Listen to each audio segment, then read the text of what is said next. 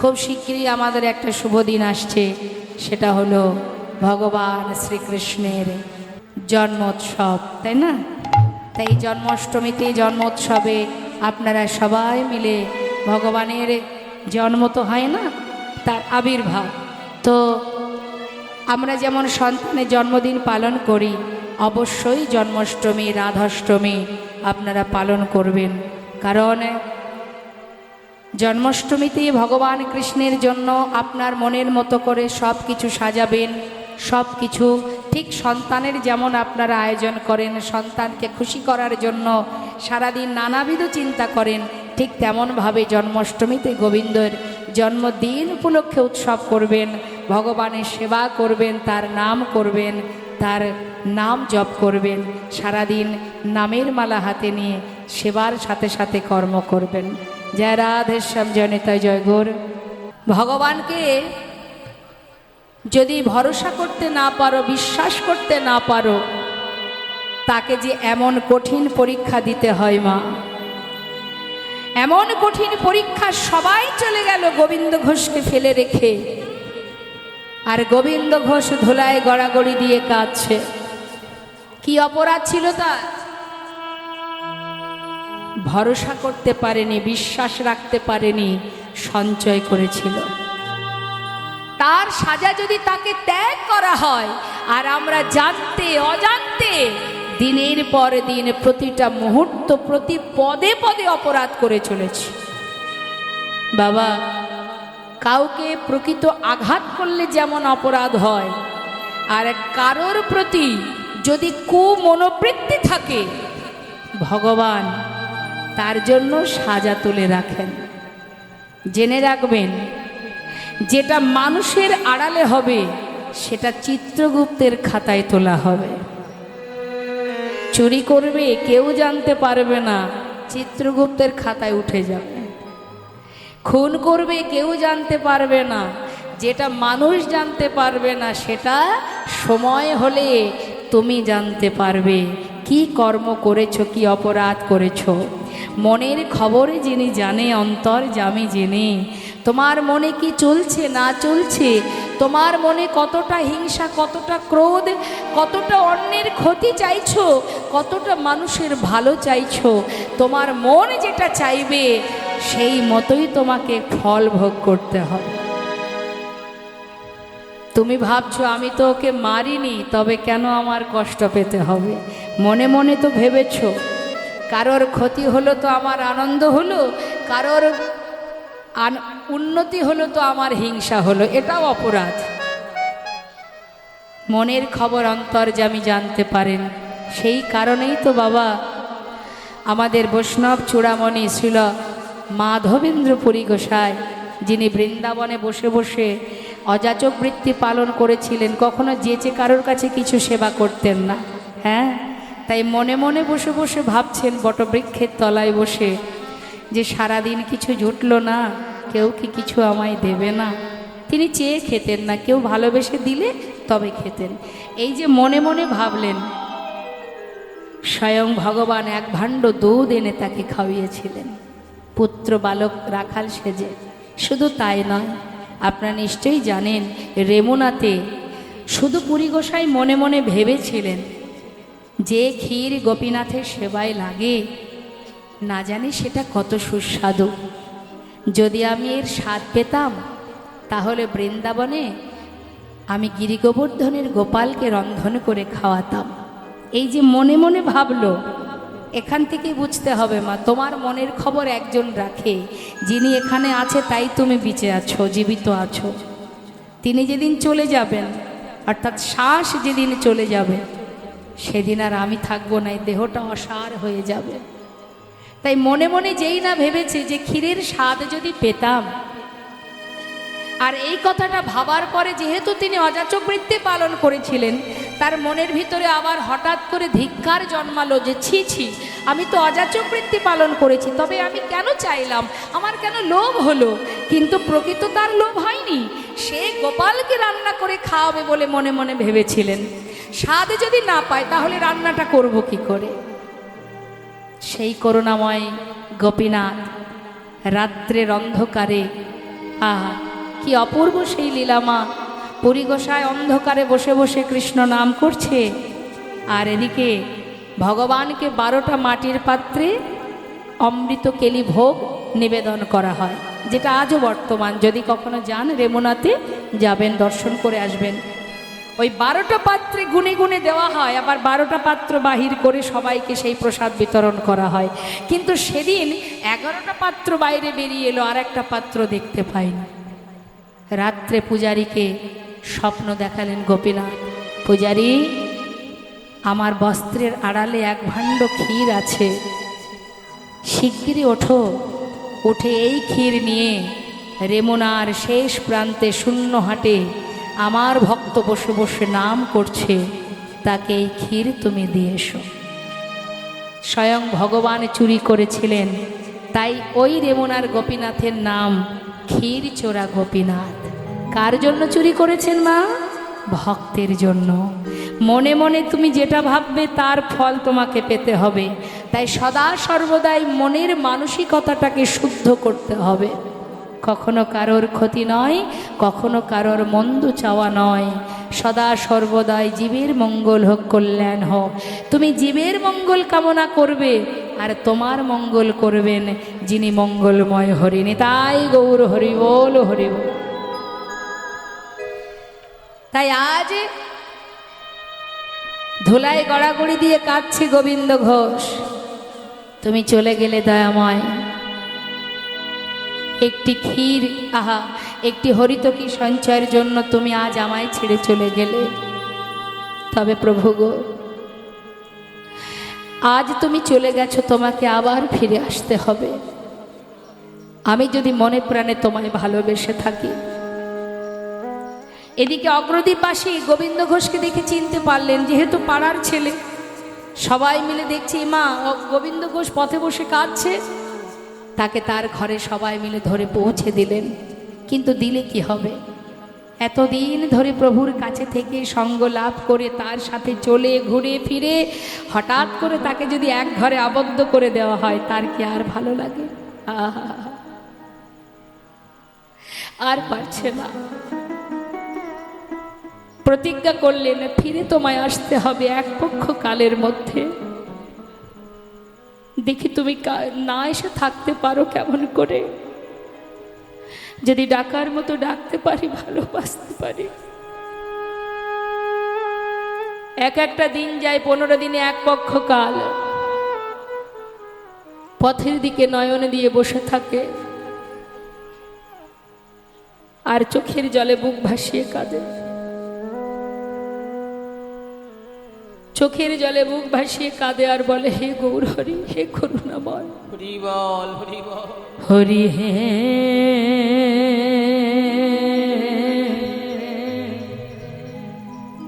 বলো আমার সেদিন কবে হবে?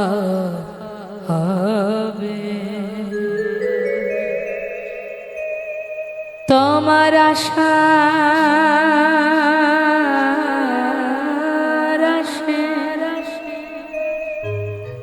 আমি আছি,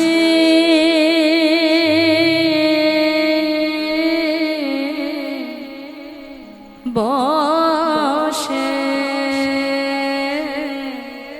তোমার আশা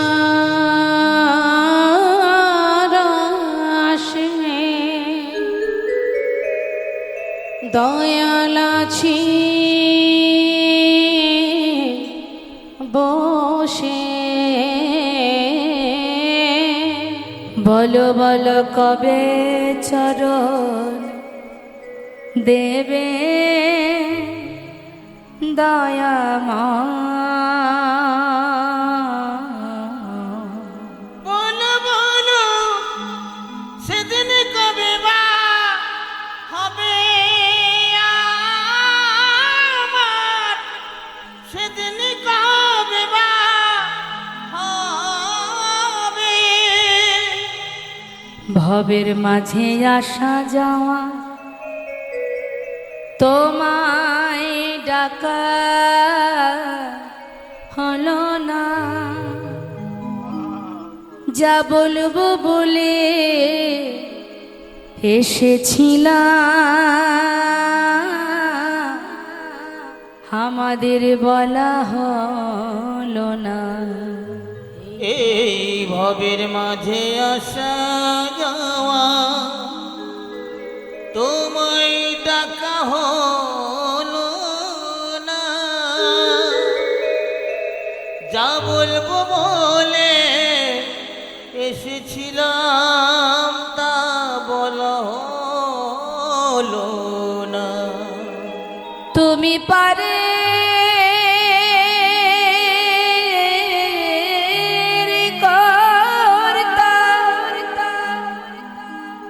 আমি শুনি বার্তা, তুমি পারের কথা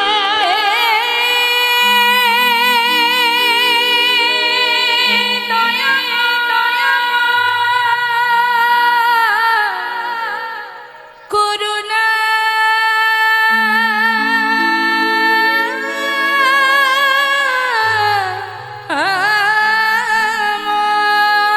তুমি পারে করতা আমি শুনি বার্তা। বলো বলো কবে পার করিবে আমার? বলো বলো সেদিন কবে বা হবে আমার, সেদিন কবে বা হবে। কৃষ্ণ নামে কাঁদিবে কবে আমার পোড়াম? ওই কৃষ্ণ নামে কাঁদিবে কবে আমার পড়াম? ওই কৃষ্ণ নামে কাঁদিবে কবে আমার পড়াম? কবে যাব বিষয় ছেড়ে, কবে যাব বিষয় ছেড়ে? আমি কবে যাব বিষয় ছেড়ে? আমি কবে যাব এই বিষয় ছেড়ে? মধুর বৃন্দাবন ওই না কৃষ্ণ নামে কাঁদবে কবে আমার পোদাম? ওই কৃষ্ণ নামে কাঁদিবে কবে আমার পরাণ? কৃষ্ণ আমার কালো সোনা,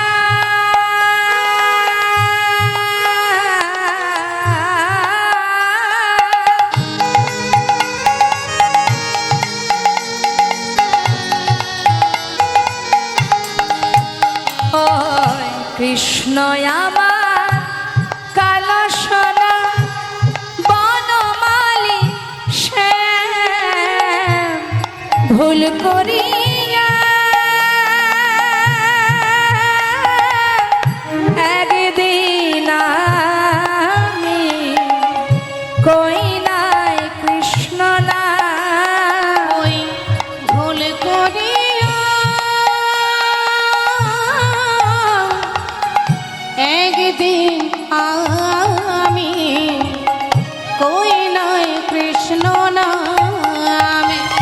কৃষ্ণ নামটি পারের সম্বল, কৃষ্ণ নামটি পারের সম্বল। কৃষ্ণ নামটি পারের সম্বল, কৃষ্ণ নামটি পারের সম্বল। কবে পাব দর্শন? ওই না কৃষ্ণ নিতাই গৌর হরি বল হরি বল। কাঁদবে কবে আমার পোদাম? ওই কৃষ্ণ নামে কাঁদিবে কবে আমার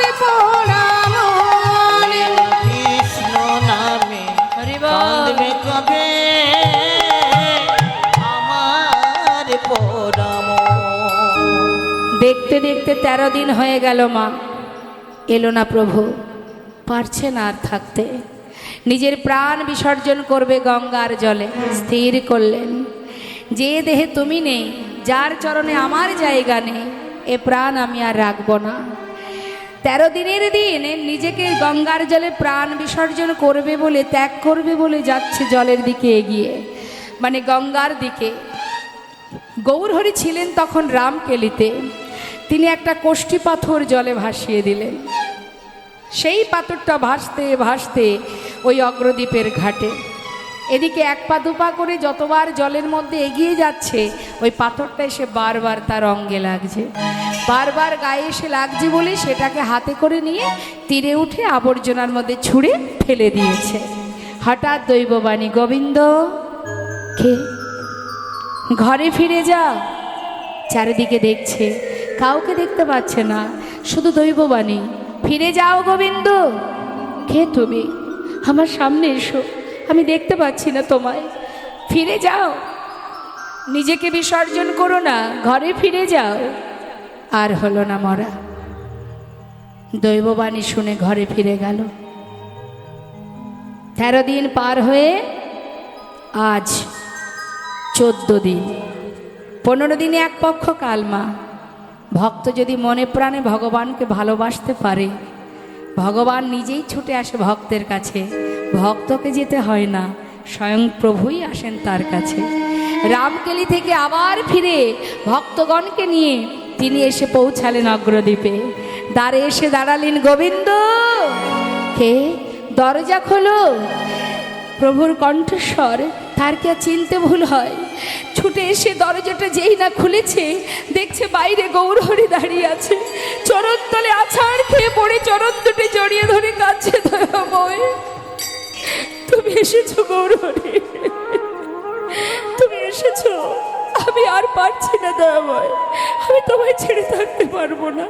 তুমি যখন এসেছো কথা দাও, আমাকে তুমি আর চরণ ছাড়া করবে না। শান্ত হও, ভক্তি ভরে যদি এমন করে ডাকো, না এসে থাকবো কি করে? এই তো আমি এসেছি, তবে আমি আসার বার্তা অনেক আগে পাঠিয়ে দিয়েছি, পেয়েছো না তো? কেন গঙ্গায় জলে ডুবে মরতে গিয়ে সেখানে কিছু পেয়েছিলে? পেয়েছিলাম একটা পোড়া কাষ্ঠ, মানে কালো কোষ্ঠী পাথর। তো মা ভেবেছে ওটা পোড়া কাঠ, মরা পোড়ানো কাঠ, তাই কোষ্ঠী পাথরটাকে কাঠ ভেবে, পোড়া কাঠ ভেবে সেটাকে আবর্জনায় ফেলে রেখেছিল। গৌরহরি বললেন, যাও সেটাকে নিয়ে এসো। ছুটতে ছুটতে গঙ্গার পাড় থেকে সেই কোষ্ঠী পাথরটা হাতে তুলে দেখলেন, এটা কোষ্ঠী পাথর, কৃষ্ণ নাম লেখা আছে। প্রভুর কাছে এনে দিলেন। গৌরহরি বললেন, শোনো গোবিন্দ, এটাই ছিল আমার আগমন বার্তা, এটা দিয়ে একটি বিগ্রহ তৈরি হবে, আর সেই বিগ্রহ আমি তোমার ঘরে স্থাপন করব। এক ভাস্কর এসে বিগ্রহ তৈরি করে প্রাণ প্রতিষ্ঠা করে প্রভু তার নাম দিলেন গোপীনাথ। শোনো গোবিন্দ, প্রতিদিন ভিক্ষা করবে, সঞ্চয় করবে না, যা পাবে পুরোটা সেবায় দিয়ে দেবে। আরও বলি শোনো, একা একা ভালো লাগবে না, তাই একটা বিবাহ করো। সারা জীবন পরীক্ষা নিয়েও এখনো পরীক্ষা শেষ হয়নি গো মা, এরপরে এবার সংসার দিয়ে দেখছে যে সংসারে আবদ্ধ হয়ে ভক্ত আমাকে মনে রাখে কিনা। শোনো গোবিন্দ, বিবাহ করে 2 জনে গোপীনাথের সেবা দেবে, কেমন? আর এই যে বিগ্রহ ঘরে স্থাপন করেছি, এই বিগ্রহ আর আমি, আমাদের এই 2 দেহ একই দেহ। আমাতে আর গোপীনাথে একই অঙ্গ হয়, গোপীনাথের সেবা দিলে আমি পাইব নিশ্চয়। গোপীনাথের সেবা দিলে আমি পাইব নিশ্চয়। আমাতে আর গোপীনাথে অভেদ জানিও, শুদ্ধ ভক্তিতে গোপীনাথের সেবা যে করিও। শুদ্ধ ভক্তিতে গোপীনাথের সেবা যে করিও। তাহলে এবার আমি যাই। দয়াময়, তুমি কোথায় যাবে? তুমি জানো না গোবিন্দ, কোথায় যাব আমি? আমার মন মানে না, যাব বৃন্দাবনে। ও গো আমার মন মানে না, যাব বৃন্দাবনে। আমার মন মানে না যাব বৃন্দাবনে। ও গো আমার মন মানে না যাব বৃন্দাবনে। আহা নয়ন ভরে হেরব সদা, দুটি নয়ন ভরে আমার দুটি নয়ন ভরে। আহা নয়ন ভরে হেরব সদা ওই মদন মোহনে। আমার মন মানে না যাব বৃন্দাবনে। আমার মন মানে না যাব বৃন্দাবনে। আমার মন মানে না যাব বৃন্দাবনে। হরিবল হরিবল। গৌর হরি চলে গেলেন আর দায়িত্ব দিয়ে গেলেন প্রতিদিন ভিক্ষা করে সেবা দেবার জন্য সঞ্চয় করে রেখো না। প্রতিদিন যা পায় সঞ্চয় না করে দিনে 4 বার ভগবানের সেবা দেয়। 1 বছর যেতে না যেতেই যে প্রভু বলে গেলেন বিবাহ করতে। 1 বছর হতে না হতেই সুকন্যার যোগাযোগ করে একটা শুভ দিন দেখে বিবাহ করলেন। বিবাহের পর স্ত্রী ঘরে এলো, সেদিন থেকে সেবা গেল 1 বার কমে, হয়ে গেল 3 বার। সন্তান হলো একটি, ছেলের নাম রাখলেন ভগবানের নামে। ঘরে যে বিগ্রহ আছে কি নাম তার? গোপীনাথ। আবার ছেলের নাম রেখেছে গোপীনাথ। কেন? শেষের দিনে মৃত্যুর সময় সব যদি ভুলে যায়, নিজের সন্তানের নাম তো ভুলবো না, তার নাম ধরে ডাকলে তো গোপীনাথের নাম উচ্চারণ করা হবে। দেখবেন অনেক পরিবারে আছে মা বাবা ভগবানের নামে সন্তানের নাম রাখে, তাতে অনেক মঙ্গল মা। এর অনেক প্রমাণ আছে অজামিল, যে ভগবানকে মানে জাতিতে ব্রাহ্মণ ছিল, কাজ ছিল তার চুরি করা। তার ছোট ছেলের নাম ছিল নারায়ণ। শেষকালে অন্তিম সময়ে নিজের পুত্রকে ডেকে বৈকুণ্ঠ কৃপা লাভ করেছিলেন। তবা আজ কি হলো না, সন্তান যেদিন ঘরে এলো ছেলের নাম দিলেন গোপীনাথ। আর যেদিন সন্তান ঘরে এলো সেদিন থেকে ভগবানের সেবা আরও 1 বার কমে হয়ে গেল 2 বার। এটা গোবিন্দ ঘোষ না, এটা আমাদের ক্ষেত্রেও হয়। সংসার বড় হয়ে গেলে তখন ভগবানের প্রতি সময়টা কমে যায়। ভগবান দেখলেন যেমন দিয়েছি তেমন কেড়ে নেব, কারণ ভক্তকে মায়ার বাঁধনে বাঁধব না, ভক্তকে মায়ার বন্ধন থেকে কাটানোই আমার কাজ। এবার কি করলেন? সবার আগে কেড়ে নিলেন তার স্ত্রীকে। ভিক্ষা করে এসে নিজের স্ত্রীকে ডাকছে, মাধবী যা কিছু ভিক্ষা করেছি 2 ভাগ করো, 1 ভাগ রন্ধন করো, আমি চললাম গঙ্গায়, স্নান করে এসে গোপীনাথের সেবা দেব। এসে দেখছে ঝোলাটা পড়ে আছে, রান্না হয়নি। মাধবী মাধবী বলে ডাকতে ডাকতে ঘরের ভিতরে প্রবেশ করে দেখলেন যে বিগ্রহ গোপীনাথের চরণে তার স্ত্রী মাধবীর অসার দেহ। বুকের মধ্যে স্ত্রীকে নিয়ে চিৎকার করে কাঁদছে। পাড়াপড়শি ছুটে এসে সান্ত্বনা দিয়ে বললেন, শান্ত হও গোবিন্দ, তোমার হলে তোমায় ছেড়ে যেত না, সোমার তো নয়, যিনি দিয়েছেন তিনি নিয়েছেন, তাই কেঁদো না। সংসারে যে সন্তানটুকু আছে তাকে নিয়ে সুখে থাকো। পাড়াপড়শির সান্ত্বনা পেয়ে নিজে হাতে তার স্ত্রী শেষকৃত্য করলেন, কিছু বললেন না প্রভুকে। কিন্তু দুর্ভাগ্য এটাই, সন্তানের জন্য সেবার বস্তু ভুল করে ভগবানকে দেয়, আর ভগবানের সেবার বস্তু ভুল করে নিজের পুত্রকে দেয়। প্রভু দেখলেন মায়ার বন্ধনে আমার ভক্ত সেবা অপরাধী হচ্ছে, যে বাঁধনটা আছে ওটাও কাটিয়ে নিতে হবে। ছেলের বয়স হলো 5 বছর। একদিন বাবার কোলে বসে জিজ্ঞাসা করলেন, বাবা আমার মা কোথায়? সবারই তো মা আছে, আমার মা কোথায়? বাবা কি উত্তর দেবে? সন্তানকে কোলের মধ্যে নিয়ে সারা গায়ে হাত বুলিয়ে বলে, আমি তো আছি, আমি তোর মা, আমি তোর বাবা। কিন্তু এটা তো আর সন্তানের প্রশ্নের উত্তর নয়। 5 বছরের শিশু, সে মা বাবার কাছে বায়না করছে, বলো আমার মা কোথায়? আমার মা তো আমাকে কোলে করে আদর করে না, আমাকে খাওয়ায় না, আমাকে ঘুম পড়ায় না, বাবা আমার মা কোথায়?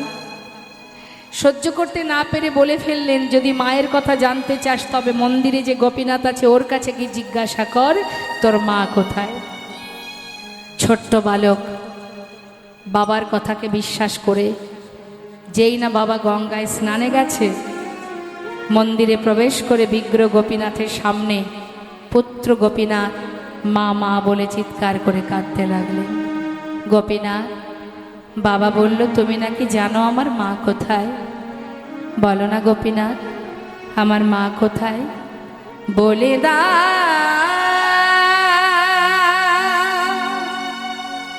হে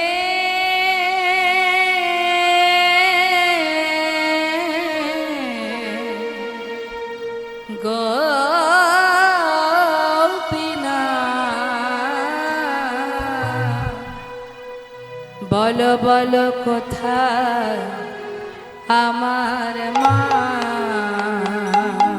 বলো কোথায় আমার মা। হারিয়ে গেছে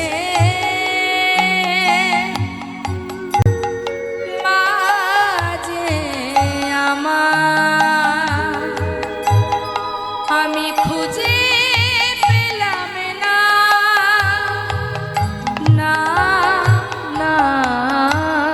কোথায় আমার মা। বলে দাও হে গোপীনাথ, বলো কোথায় আমার মা।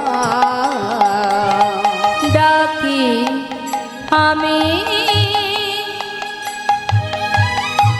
মা মা বলে, মা যে আমায় নেয় না কোলে।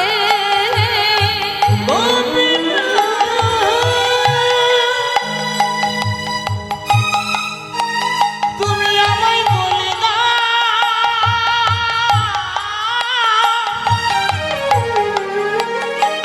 বলো কোথায় আমার মা আছে। গোপীনাথ,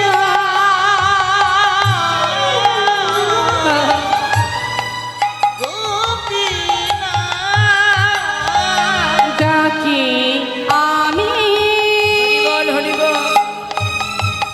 মা মা বলে, মা যে আমায় নেয় না কোলে।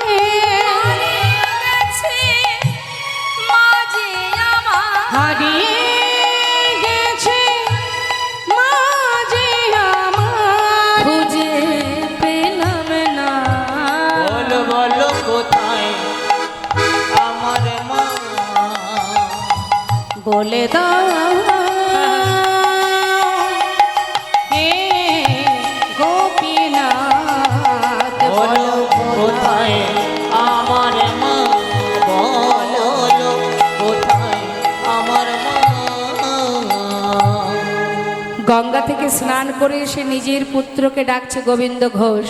গোপীনাথ, কোথায় বাবা তুই? সারাদিন তোকে দেখিনি, আমার কোলে আয়। কোথায় রে তুই, গেলি কোথায়? ডাকতে ডাকতে হঠাৎ ঘরের ভিতরে যেই না উঠেছে, তার সন্তানের কান্না শুনতে পেয়ে ভিতরে প্রবেশ করে দেখছে বিগ্রহ গোপীনাথের সামনে পুত্র গোপীনাথ মা মা বলে কাঁদছে। ছুটে গিয়ে সন্তানকে কোলের মধ্যে জড়িয়ে ধরে সারা গায়ে হাত বুলিয়ে বলছে, কাঁদিস না বাবা, কাঁদিস না। ও কোনোদিন তোকে বলবে না তোর মা কোথায়। আমি তো আছি, তুই আমাকে মা বলে ডাক, আমাকে বাবা বলে ডাক। কোনো কষ্ট রাখবো না, কোনো দুঃখ রাখবো না রে। বলতে বলতে মুখের দিকে চেয়ে দেখছে তার পুত্রের বদন থেকে ঝলকে ঝলকে রুধির ঝরছে। সন্তানকে জড়িয়ে ধরে চিৎকার করে বললেন, গোপীনাথ,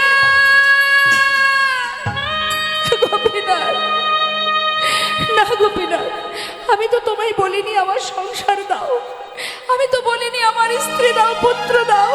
তুমি তো দিয়েছিলে, তুমি আজ কেন কেড়ে নিতে চাইছো? না না গোপীনাথ, কেড়ে নিও না।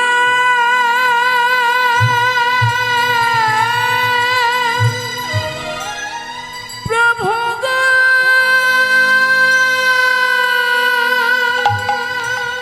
তুমি কেড়ে নিও না। তুমি যে ব্যথা রে আমায় ব্যথা দিও না। দেখতে দেখতে পিতার কোলে পুত্র প্রাণ হারালো। মৃত সন্তানকে নিয়ে গিয়ে গঙ্গার পাড়ে গিয়ে মাটি খুঁড়ে সন্তানের সমাধি দিল। গঙ্গা থেকে স্নান করে শুদ্ধ বসন করে হরি বল হরি বল। ঘরে ফিরে এসে বিগ্র গোপীনাথের সামনে দাঁড়িয়ে বললেন, গোপীনাথ, সর্বস্ব কেড়ে নিলে তুমি, কি নিয়ে বাঁচবো আমি? এ তুমি কি করলে গোপীনাথ? আমি আর বাঁচতে চাই না, আমি আর বাঁচতে চাই না। একদিন, দুদিন, 3 দিন হয়ে যায়, আর গোপীনাথের সেবা দেয় না, নিজেরও সেবা হয় না। সারাদিন ঘরের মধ্যে গড়াগড়ি দিয়ে কাঁদে আর বলে, গোপীনাথ কোথায় গেলি বাবা? একবার এসে আমায় বাবা বলে ডাক। হরি বল হরি বল। গোপীনাথ, গোপীনাথ ফিরে আয় বাবা, একবার বাবা বলে ডাক। ওরে তুই ছাড়া যে আমার আর কেউ নেই গোপীনাথ, একবার বাবা বলে ডাক। করুণাময় ভগবান বিগ্র থেকে সচল মূর্তি ধারণ করে 1 পা 2 পা করে পুত্র সেজে গোবিন্দ ঘোষের কাছে এসে ডাকছে, বাবা, বাবা। কে?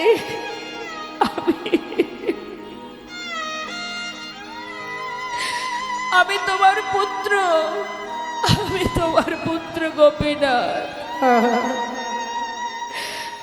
আমার পুত্র। কে আমার পুত্র? আমার তো আর কোনো পুত্র নেই। আমার পুত্র, আমার গোপীনাথ, সে তো কবেই মরে গেছে। আমি তো আর কাউকে চিনি না। কে তুমি? চলে যাও বাবা। তুমি তোমার সন্তানের নাম রেখেছিলে আমার নামের সাথে এক করে। তুমি বলেছিলে তুমি 2 পুত্রের পিতা। এই জগতে কারোর 2টো সন্তান থাকলে যদি একটি মারা যায়, তবে কি বাবা আরেক সন্তানকে না খাইয়ে রাখে? আজ 4 দিন হলো আমায় কিছু খেতে দাওনি। আমার যে বড় খিদে পেয়েছে, কিছু খেতে দাও। ও তুমি এসেছো? হরি বল। তুমি এসে আমায় বাবা বলে ডাকলে।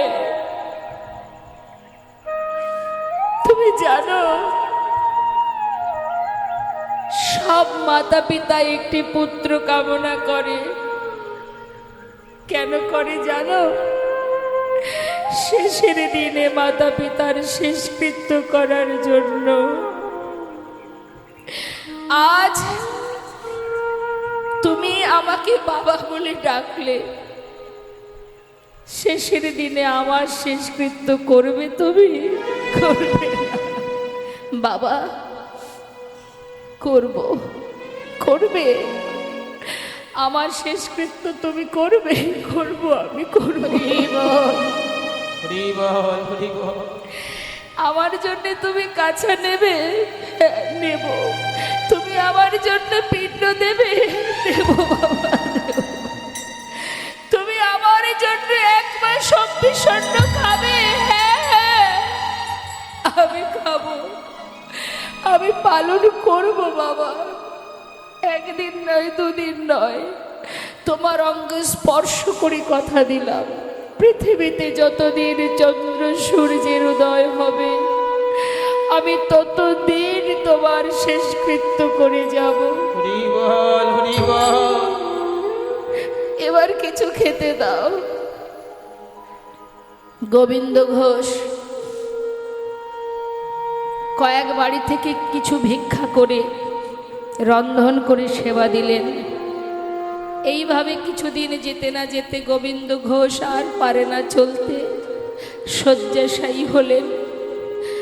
অন্তিম মুহূর্ত, মৃত্যুকাল সম্মুখে তার। প্রতিদিন ভগবান পুত্র রূপে তার নিকটে এসে তার পাশে বসে গলাটা জড়িয়ে ধরে ভক্তও কাঁদে, ভগবানও কাঁদে। হরি বাবা, বল, হরি বল। কষ্ট হচ্ছে তোমার? না, কষ্ট কেন হবে? অন্তিম সময় যখন আসে সকলেরই যে এমনই হয়। এসেছি মানেই তো যেতে হবে। কাঁদিস না, আমায় একটা কাজ করে দেবে? বলো বাবা। আজ আর মনে নেই যে পুত্র সে যে ভগবান পাশে বসে আছে, কারণ অন্তিম মুহূর্ত তো সব বিস্মরণ হয়ে গেছে। ভেবেছে নিজের পুত্র। ও গোপীনাথ, বাবা আমায় একটু চরণামৃত এনে দে না। স্বয়ং ভগবান পাশে বসে স্বয়ং নিজেই সচরণামৃত পান করালেন। বাবা বলো, আর কিছু বলবে? গোপীনাথ, আমার শিয়রের পাশে এক জোড়া করতাল আছে, বিদায় নেবার আগে একটু নাম শোনাবে বাবা।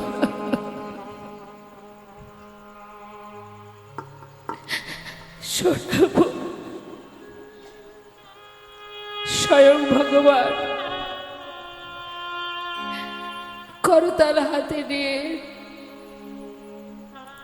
ভক্তের চারিপাশে ঘুরে চোখের জলে বুক ভাসিয়ে কাঁদছে আর মহামন্ত্র জপ করে ভক্তকে শোনাচ্ছে। হরে কৃষ্ণ হরে কৃষ্ণ কৃষ্ণ কৃষ্ণ হরে হরে হরে রাম হরে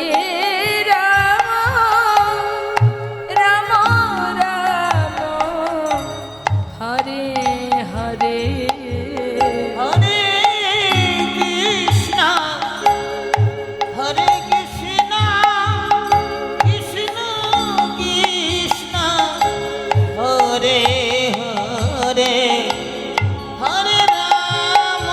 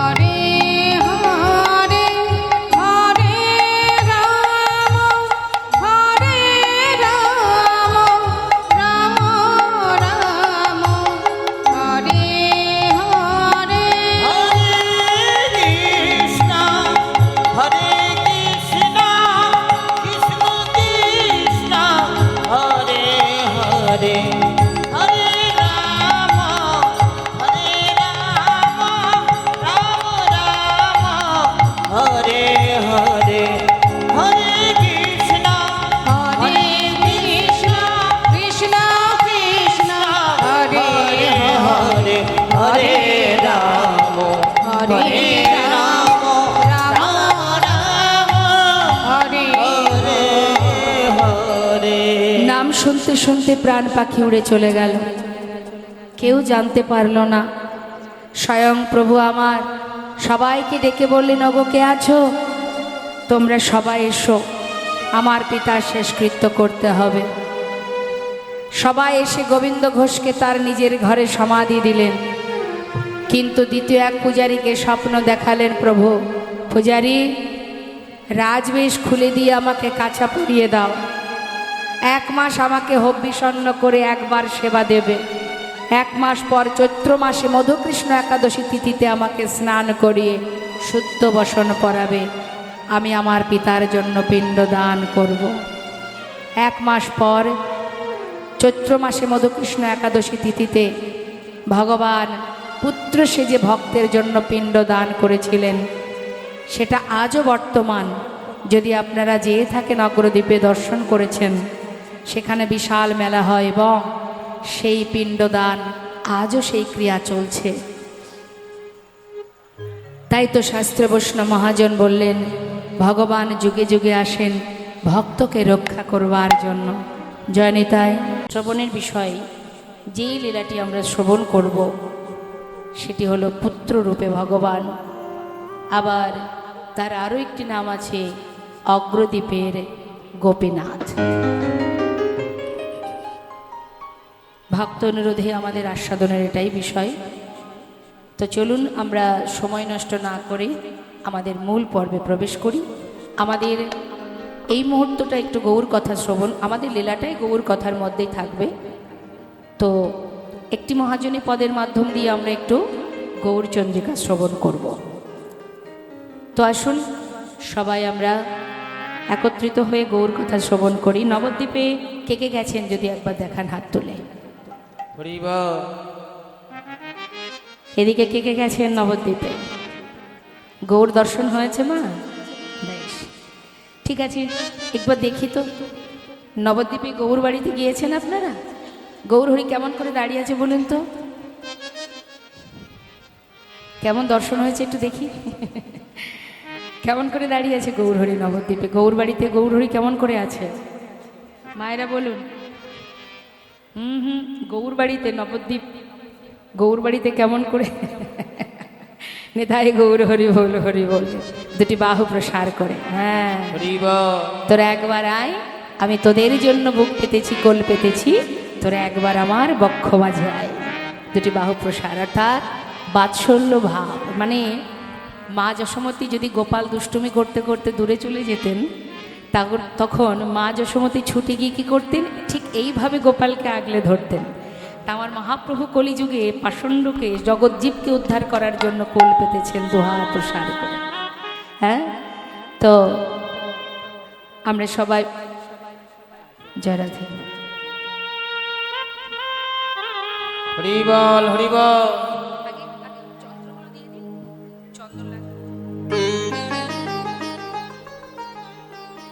তো আসুন আমরা সেই গৌরহরির মহিমা কতই বা বলবো। আমরা ধন্য, আমরা গর্বিত যে আমরা দয়াল করুণাময় প্রভুকে আমাদের কলিযুগে পেয়েছি। যে কলির জীব আমরা, শুনবো আমরা সেই করুণাময় গৌরহরির মহিমা।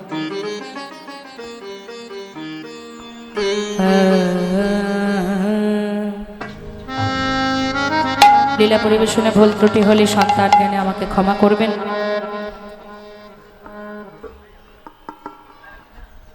মায়েদের আবার উলুধ্বনি।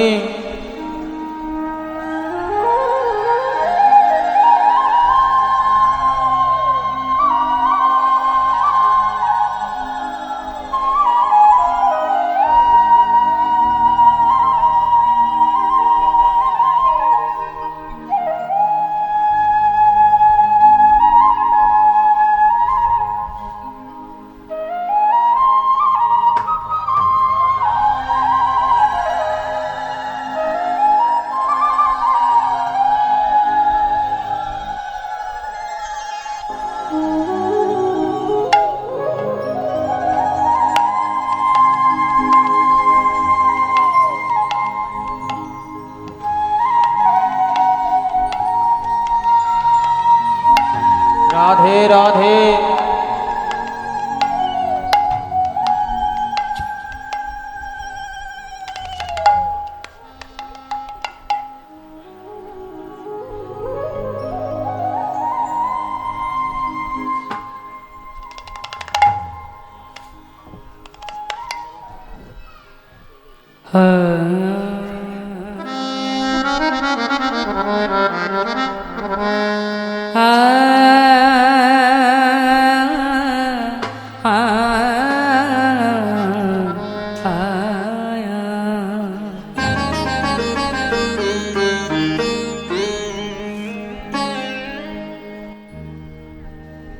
কেবা কলি ঘর তিমি ও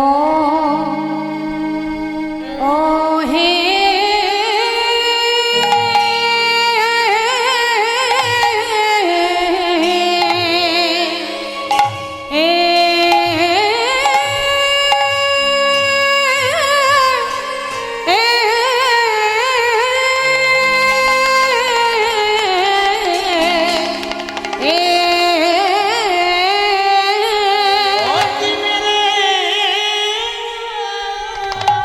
দেখো দেখো মায়ার অন্ধ কারে হে ওই আহারে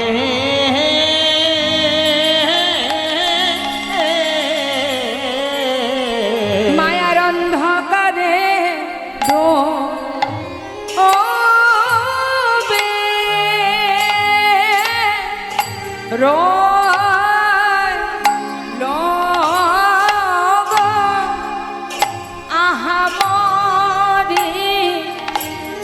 কলি কলি ঘর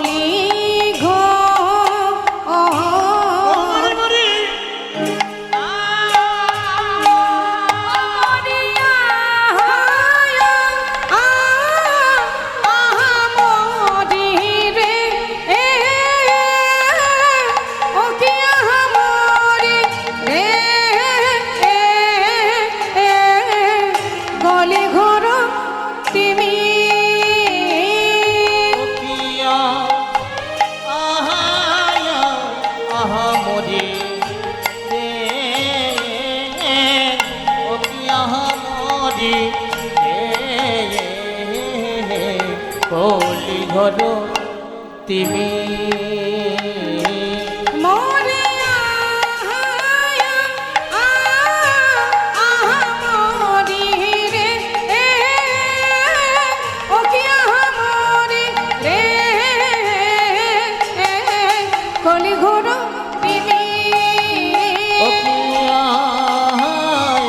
মোরি রে ও কিয়া মোরি রে কলি ঘর তিমি মরিয়া মরি রে ও কি মরি রে কলি ঘোর তিমি কলি ঘর তিমির গরাশিল জগজন ধর্ম করম রহুদু ধর্ম কনম রুদু কলিঘর তিমির গরাশিল জগজন ধর্ম করম রহুদু। কলিঘর তিমির কথার অর্থ হচ্ছে, তিমির কথার অর্থ হলো অন্ধকার।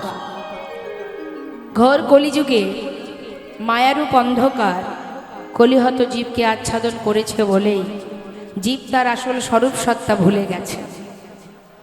আমাদের পরিচয় কি, কি আমাদের ঠিকানা, কোথায় আছি, কি করণীয়, কিছুই আমাদের মনে নেই। সবাই মায়ার জালে আবদ্ধ হয়ে মায়ার বালিশ মাথায় দিয়ে ঘুমাচ্ছি, কিন্তু এই ঘুম তো বেশি দিন ঘুমানোর নয়। যে বিছানায়, যে মায়ার বিছানা পেতে মায়ার বালিশ মাথায় দিয়ে মোহ ঘুমে ঘুমিয়ে আছি, যেদিন ঘুম ভাঙবে সেদিন সময় ফুরিয়ে যাবে।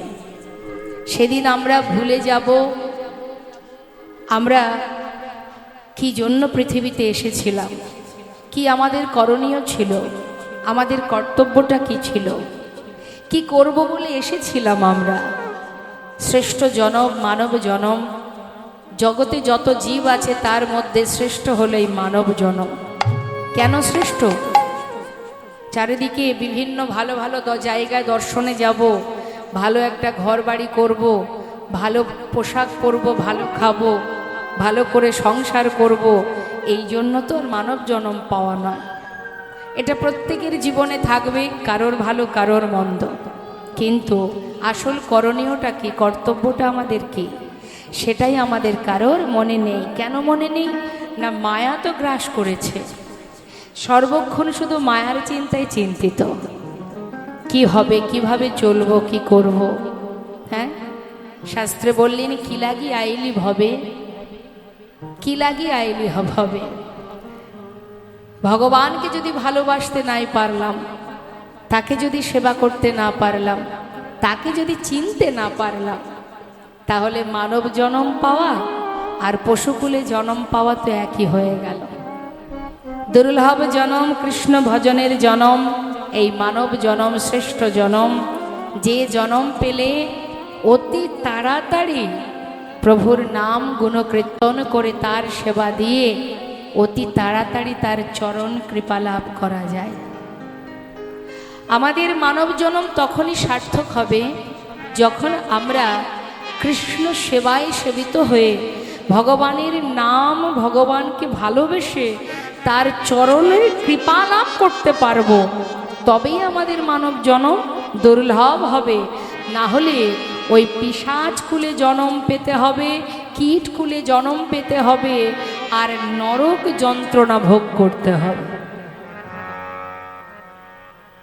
এ তো ক্ষণিকের জন্য। এই যে মনুষ্যকুলে জন্ম পাওয়া আমাদের একদিন দুদিনের সাধনার নয়। সময় পেয়েছি কম, 365 দিন লেখাপড়া করার পর 3 ঘন্টা পরীক্ষার জন্য সময় পায় মানুষ, তাই না মা? পড়তে হয় কতদিন? 365 দিন, 1 বছর। পরীক্ষার সময় পাওয়া যায় মাত্র 3 ঘন্টা। তার মধ্যে তুমি কি করেছো না করেছো তার ফলটা পাওয়া যায়।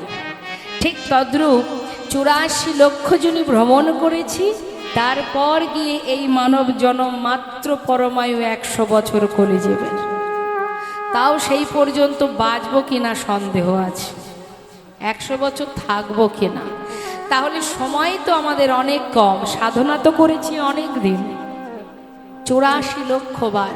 জলজা নবলক্ষানি স্থাবরা বিংশতি, কৃমিয়া রুদ্র সংখ্যক পক্ষিনাং 10 লক্ষকম, 30 লক্ষানি পশুবানশ্চ 24 লক্ষানি মানবা। কত কুলে জন্ম পেলাম, এটাই আমাদের প্রথম নয়। এর আগে বাবা আমরা অনেক এসেছি, পশুকুলে, কীটকুলে, বৃক্ষকুলে, পিশাচকুলে, গুল্মলতা হয়ে, তাহলে জলজ প্রাণী হয়ে আমরা সব রকম জন্ম পেয়েছি। একের পর এক ভগবানের কাছে সাধনা করেছি, কেঁদেছি, তারপর এই সুন্দর জন্ম দিয়েছে।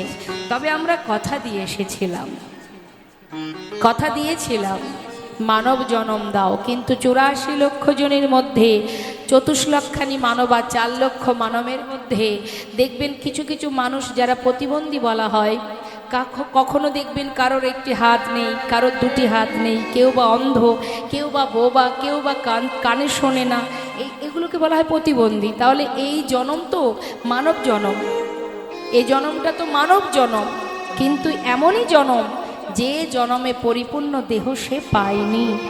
এই জন্মও কিন্তু আমরা পেয়েছি। এই জন্ম যখন পেয়েছি তখন ভগবানের কাছে আমরা কেঁদেছি। আজ হয়তো আমাদের মনে নেই, শাস্ত্র আমাদের স্মরণ করিয়ে দিচ্ছে। এই জন্মেও আমরা কেঁদেছি, হে ভগবান কেন তুমি হাত দিলে না। যে বোবা সে কেঁদেছে, হে ভগবান সবাই তোমার নাম গুণকীর্তন করে, আমি তো গাইতে পারি না। যদি আবার জন্ম দাও তবে যেন তুমি বদন দিও, শক্তি দিও, প্রাণ ভরে হরিনাম গাইতে পারি।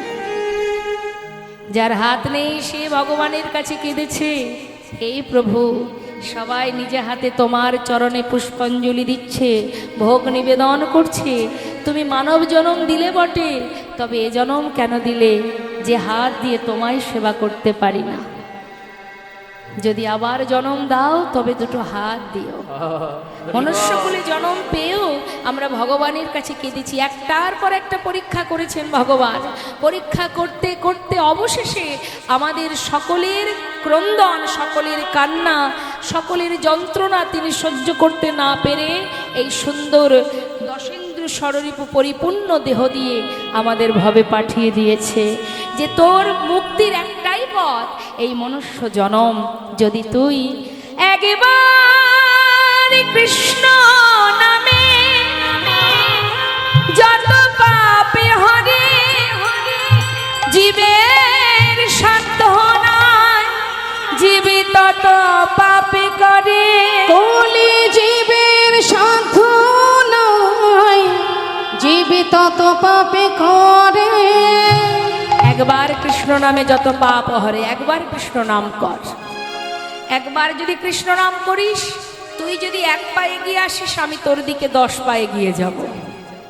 কিন্তু সেটাই আমাদের সময় হয় না মা, তাই না? সেটাই আমাদের সময় হয় না। সংসারে মায়ার জালে আবদ্ধ হয়ে ভগবানের দাস না হয়ে সবাই মায়ার দাস হয়ে পড়ে আছে।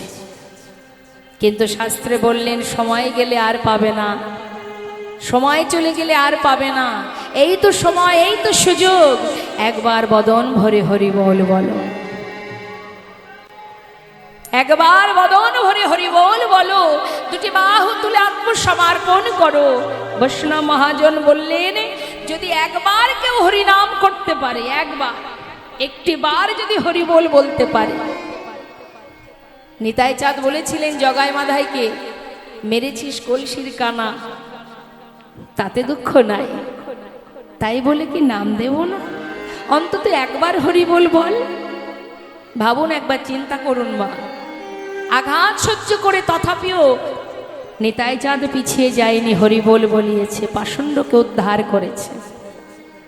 তাহলে আমরা যদি একবার হরিনাম করতে পারি, জীবনের হাজার হাজার অপরাধ থেকে আমরা মুক্তি লাভ করব একবার। তাই তো শাস্ত্রে বললেন, হরে এমন দয়াল করুণাময় গৌর সুন্দরকে পেয়েছ, আর হেলা করো না, একবার তার চরণ স্মরণ করে প্রাণ ভরে হরিনাম করো। ভাই রে ভাই আমার গোরা গুণ কহনে না যা,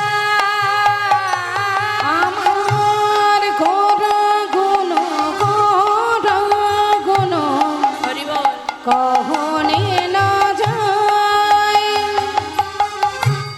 কত শত আনন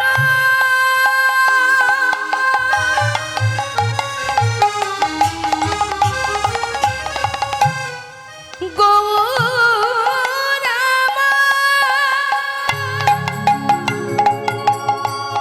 গৌরামা,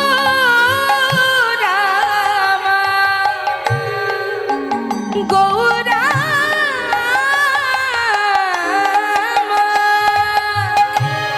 কত শত আনন, কত চতুরানন, ওই না কত শত আনন।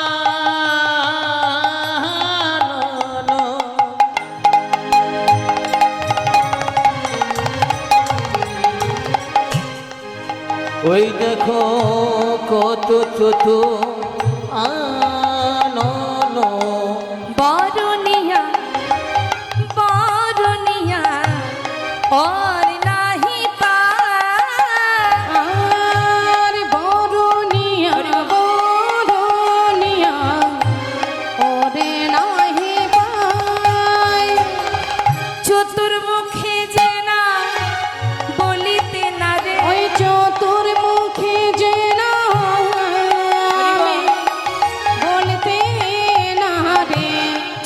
কার গো মা? মানে চারটে বদন কার? কার চার বদন? ব্রহ্মা। যে বৈষ্ণব পদাবলীটা লিখেছেন তিনি বলছেন চতুর্মুখে যে নাম বলিতে না রে, চার বদনে যে নাম বলে শেষ করতে পারে না, এক বদনে আমি কত বলবো, চতুর্মুখে যে নাম বলিতে না রে। এক বদনে বলবো কত, ও গয় আমার গোরা গুণের আমি এক বদনে বলবো ওই কত, না আমার গোরা গুণের কথা, আমি এক বদনে বলবো ওই না কত, আমার গোরার গুণের কথা, এক বদনে বলবো কত, ওই আমার গোরার গুণের আমি কথা। এক বদনে বলবো ওই কত, না চতুর মুখে যে গায় বলতেও না রে। আর বরনিয়া বরনিয়া ওরে নাহি পাই, না না বরুনিয়া ওর নাহি পাই। শুধু আমার আপনার মতো মানুষের কথা বাদ দিচ্ছি বাবা, কত রাজা কত মন্ত্রী যে কিনা গৌর চরণ স্মরণ করে নিজেদেরকে সঁপে দিয়েছে মা, সাধারণ মানুষের কথা বাদ দিচ্ছি। যেমন শুধু আমার আপনার মতো হিন্দু ভক্ত নয়, কত মুসলমান ভক্ত আছে যারা নিজেকে সঁপেছে গৌর চরণে, তার অনেক অনেক প্রমাণ আছে।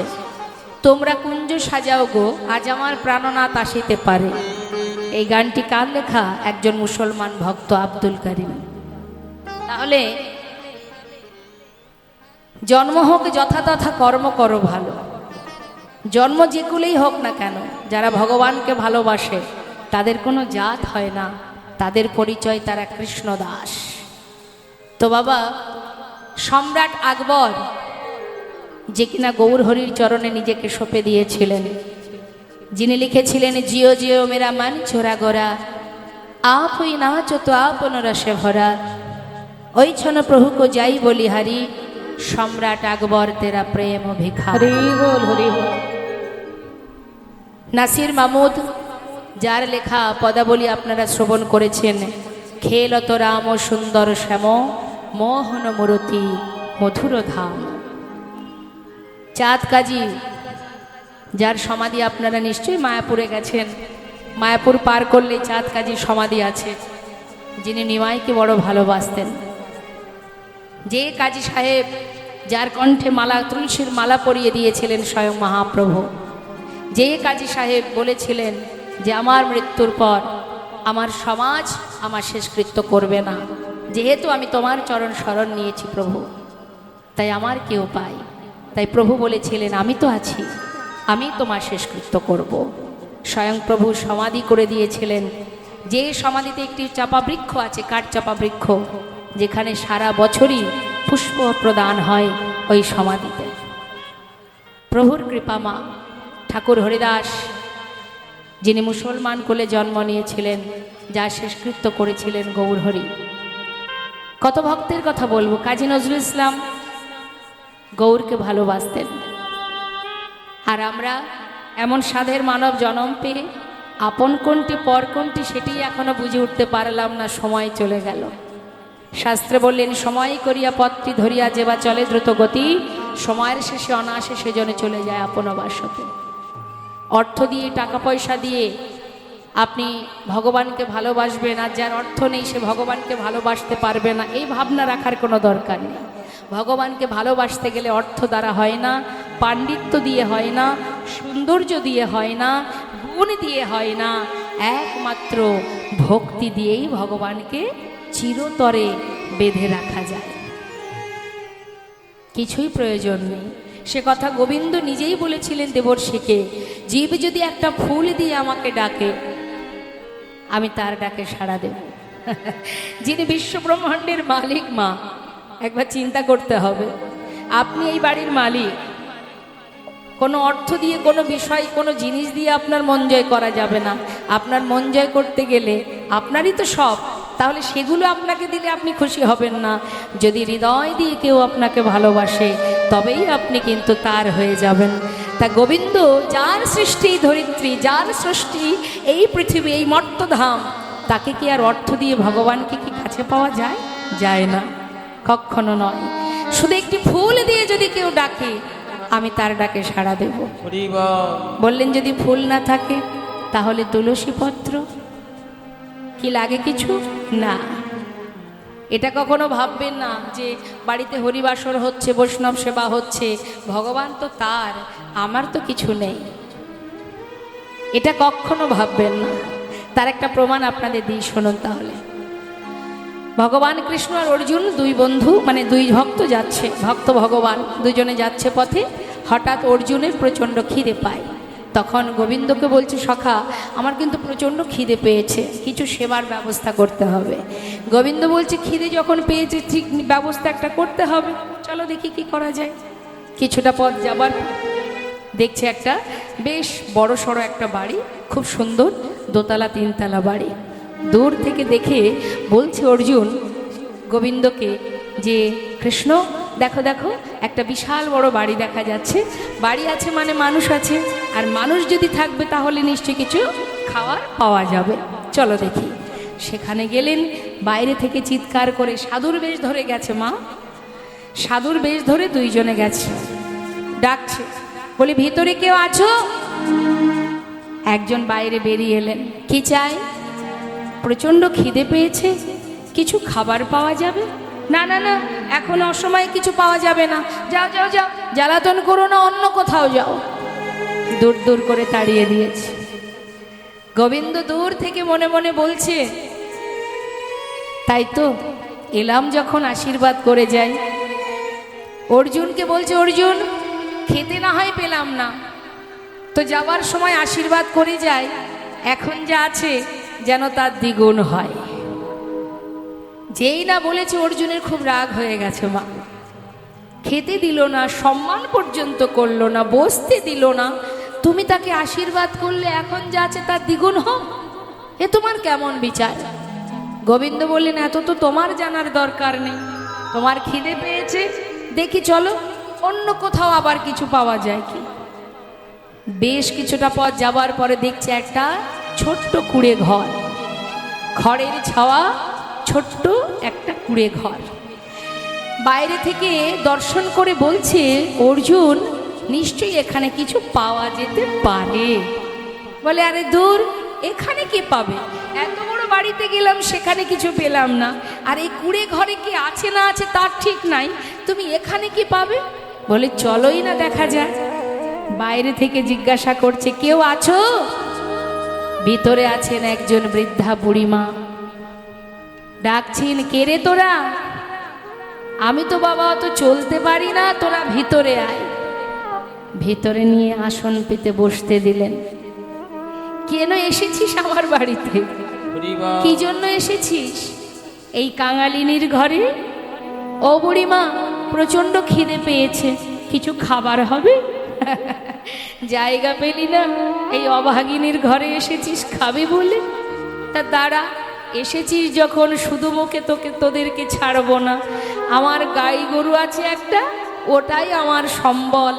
ওই গাই গরু আজ যতটুকু দুধ দেবে, সেটুকু না হয় আজ তোদের দুজনের দিয়ে দেব। যেই না মা বলেছে ওই গাই গরু একটুখানি দুধ হয়েছে মা, সে 1 গ্লাস দুধ দুইজনের সেবায় দিয়ে দিলেন।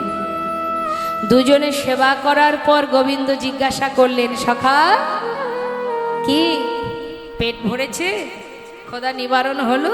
হ্যাঁ, তাহলে চলো, আর দেরি কেন? বলছি, গোবিন্দকে বলছি, সখা তুমি যে আমাদেরকে খেতে দিল না, সম্মান করলো না, মর্যাদা দিল না, মান দিল না, তুমি তাকে আশীর্বাদ করে এলে, আর যে না খেয়ে 1 গ্লাস দুধ পুরোটাই তোমাকে আর আমাকে দিল, তাকে তুমি একটু আশীর্বাদ করে যাবে না? গোবিন্দ বললেন, হ্যাঁ ঠিকই তো, আমার তো মনে ছিল না, দাঁড়াও আশীর্বাদ করি, যে গাই গরুটা আছে ওটা যেন আজ রাত্রে মারা যায়। হরি বল, হরি বল। বলুন দেখি মা, আপনারা, আমরা সাধারণ মানুষ, আমাদের আশেপাশে এমন কাণ্ড যদি কারোর হয়, কোনো অভাগিনীর ঘরে একটা সহায় সম্বল, সেটাও যদি কখনো কেউ ভগবান কেড়ে নেয়, আমরা কি বলি? দেখো দেখো ভগবানের কেমন নিষ্ঠুর বিচার, বলি না? হ্যাঁ, কেমন নিষ্ঠুর বিচার। যার আছে তাকে দিচ্ছে, আর যার নেই, একটা মাত্র গাই গরু ছিল সেটাও ভগবান কেড়ে নিল। কি বিচার তার! কত কথাই আমরা বলি, কত মন্দ কথা বলি, কিন্তু এরও পিছনে কারণ আছে। কারণ ছাড়া ভগবান কিচ্ছু করেন না। তিনি যেটাই করেন তার পিছনে অবশ্যই কারণ থাকে। আমরা শুধুমাত্র স্বার্থ সিদ্ধির জন্যই ভগবানকে ভালোবাসি বলে যেদিন আমাদের স্বার্থ পূরণ হয় না, আমরা সেদিন ভগবানের বিরুদ্ধে চলে যাই। কিন্তু যারা প্রকৃত ভক্ত হয়, যার প্রমাণে কৃষ্ণ ভক্ত প্রিয় বন্ধু সুদামা একটার পর একটা সব সুখ কেড়ে নিয়ে অবশেষে গাছতলা সার হলো, তথাপিও কৃষ্ণ কৃষ্ণ কৃষ্ণ। যে করে আমার আশ, আমি তার করি সব নাশ, তথাপিও যে না ছাড়ে আমার পাশ, আমি হই তার দাসানুদাস। হরি বল হরি বল। অর্জুন প্রচন্ড রেগে গেলেন, এ তোমার কেমন বিচার? যার এত কিছু আছে তুমি তাকে দ্বিগুণ করে দিলে, আর যার কিচ্ছু নেই তার একমাত্র সম্বলটুকু কেড়ে নিলে, এ তোমার কেমন বিচার? গোবিন্দ বললেন, অর্জুন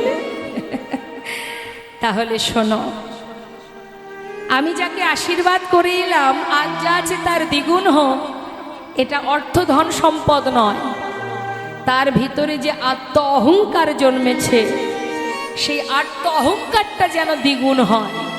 আর যত অহংকার দ্বিগুণ হবে, তত আমার থেকে সে দূরে সরে যাবে। আর যার একটা সহায় সম্বল ছিল ওই গরু, আজকে যদি সেই সম্বলটুকু আমি কেড়ে নিই, তার জীবনের সম্বল হব শুধু আমি। নিতাই গৌর হরি বল হরি বল। তাকে আমি আমার কাছে টেনে নিলাম, সে যখন সব হারাবে, তখন কৃষ্ণ কৃষ্ণ কৃষ্ণ, আর তো কিছু বলতে পারবে না। যখন তোমার সব হারিয়ে যাবে, তখন একজনই সম্বল হবে। তাই ভগবান ভক্তকে নিজের করে টেনে নিলেন। তাই শাস্ত্রে বললেন, মায়ার সংসারে আবদ্ধ হয়ে মায়ার বালিশ মাথায় দিয়ে ঘুমিয়ে আছো, একদিন এই মায়া তোমায় ত্যাগ করবে। কবে জানো? যেদিন তোমার ক্ষমতা ফুরিয়ে যাবে। যেদিন তোমার ক্ষমতা ফুরিয়ে যাবে, চলার শক্তি থাকবে না, সমাজ তোমাকে ত্যাগ করে দেবে, একজন তোমার মাথার উপরে ছায়ার মতো থাকবে। যত সময় তুমি না যাবে, তোমার মৃত্যুকাল পর্যন্ত সে তোমার পাশে পাশে আছে, শুধু দেখার নয়ন নেই, তাই দেখতে পাচ্ছ না। তাই তো শাস্ত্রে বললেন, এমন করুণাময় দয়াল আর কোনো যুগে ছিল না। ভাই রে ভাই, আমার গোড়াগুলো কহনে না যায়, আমার গোড়াগুলো কহনে না যায়। চতুর্মুখে যে নাম বলিতে নারী, সেই মুখে আমি এক মুখে কত বলবো সেই গৌরের গুণের কথা, এক মুখে কত বলবো। এই তো সময়, এই তো সুযোগ। শাস্ত্রে বললেন, চারিবেদে ষড়দর্শনে পড়িয়া যে জন, সে যদি গৌরঙ্গ নাহি ভজে, বৃথা তার অধ্যয়ন, লোচনবিহীন জন, দর্পণে অন্ধে কিবা কাজে।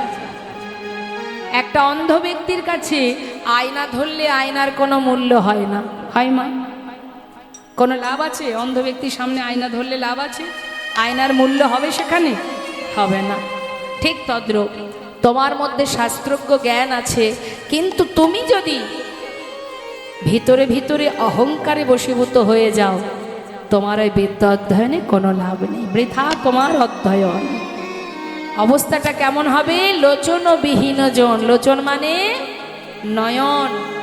একটা অন্ধ ব্যক্তি যেমন চোখে দেখতে পায় না, তুমি হাজার পাণ্ডিত্য অর্জন করলেও যদি গৌর চরণে তোমার দীনতা না থাকে, তাহলে তোমার অবস্থা ওই অন্ধ ব্যক্তির নয়।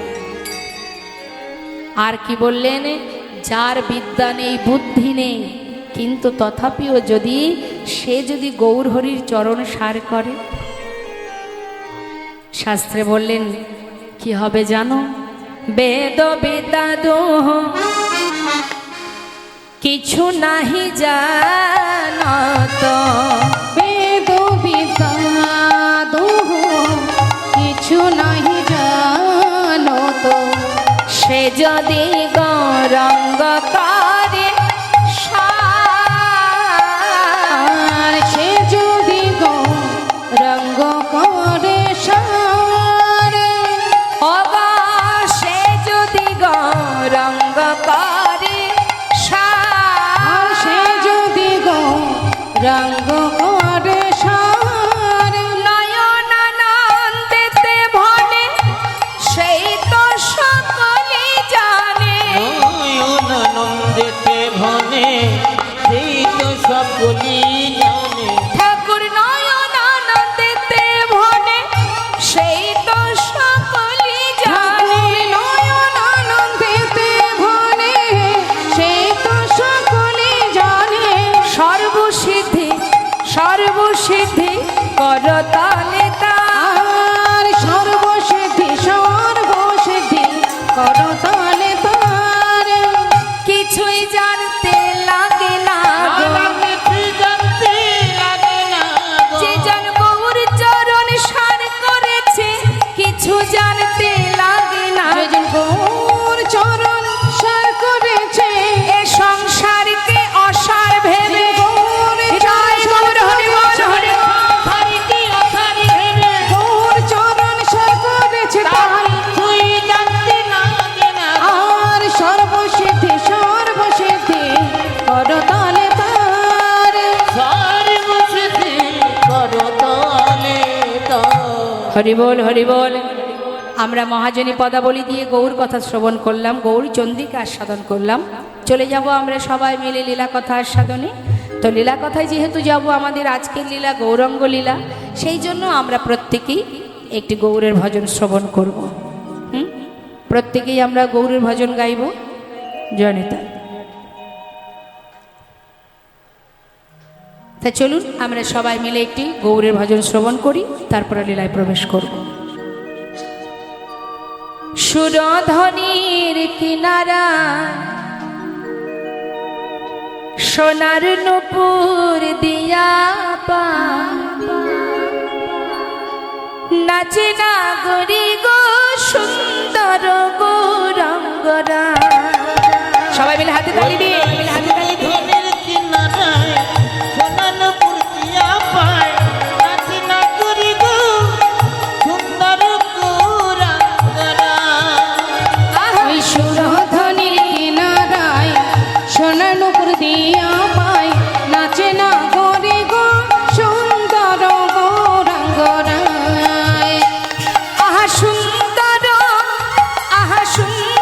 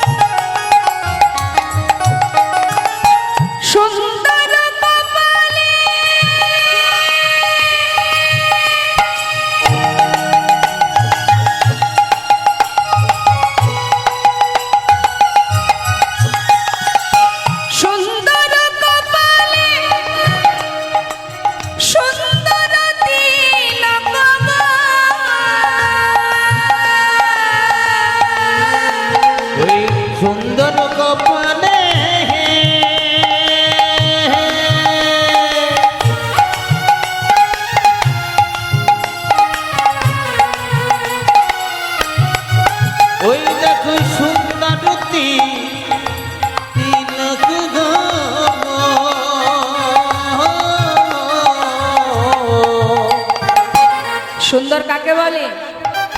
গৌরহরির অঙ্গে দামি দামি অলংকার আছে, দামি বসন আছে, রাজবেশ পরা আছে, একটা ছিন্ন বস্ত্র, যাকে দেখলে বিশ্ব ব্রহ্মাণ্ড ত্রিভুবন স্বর্গমর্ত পাতাল, যাকে দেখলে ত্রিভুবন ভুলে যায়। শাস্ত্রে বললেন সেই তো প্রকৃত সুন্দর। হ্যাঁ, সুন্দর কপালে সুন্দর তিলক। আমরা ভাবি না আমরা কত সুন্দর, কি গো মা? আমরা ভাবি আমরা কত সুন্দর, কিন্তু সেই রূপ যে দেখেছে, যেমন সোনার অহংকার হয়েছিল যে আমি বড় সুন্দর, যেদিন মহাপ্রভুকে দেখলেন সেদিন নিজেই চললেন আগুনে নিজের প্রাণ ত্যাগ করবে বলে। তা এই সুন্দর যারা, আমরা কিসে সুন্দর? আমরা যখন সাজি তখন সুন্দর, না সাজলে সুন্দর নয়। আর যে অঙ্গে দামি অলংকার নেই, দামি বসন নেই, তথাপিও সেই সুন্দর। সুন্দর কপালে সুন্দর তিলক। আর কি আছে?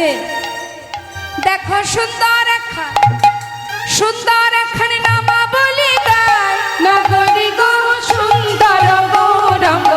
মায়েরা উলুধ্বনি গায় গৌর হরি বল। সুরে ধরে কেনা যায়, সোনার মুদিরা পায়, নাচে নাচুরি গো সুন্দর গৌরাঙ্গনা।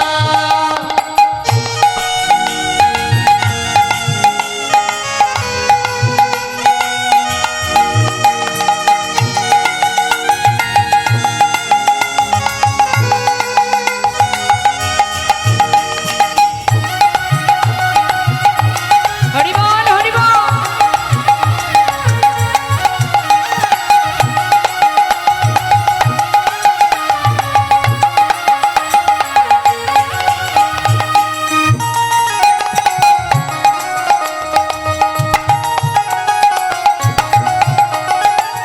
সুন্দর নয়নে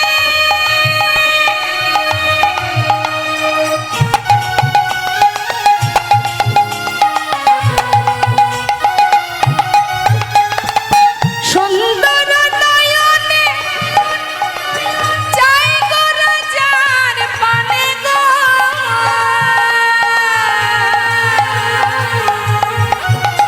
ওই সুন্দর নয়নে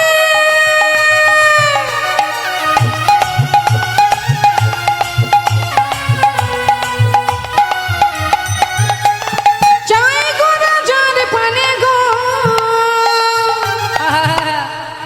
সুন্দর নয়নে চাই গোরা যার পানে। গৌরহরি যদি তার নয়ন কারোর দিকে একবার রাখে, তার দশা কি হবে? যেমন হয়েছিল নবদ্বীপে মা বিষ্ণুপ্রিয়ার, একবার নয়নে নয়ন দিয়েছিল, ও তার দেহ ছাইরা, এই দেহ ছাইরা তাই নাকি?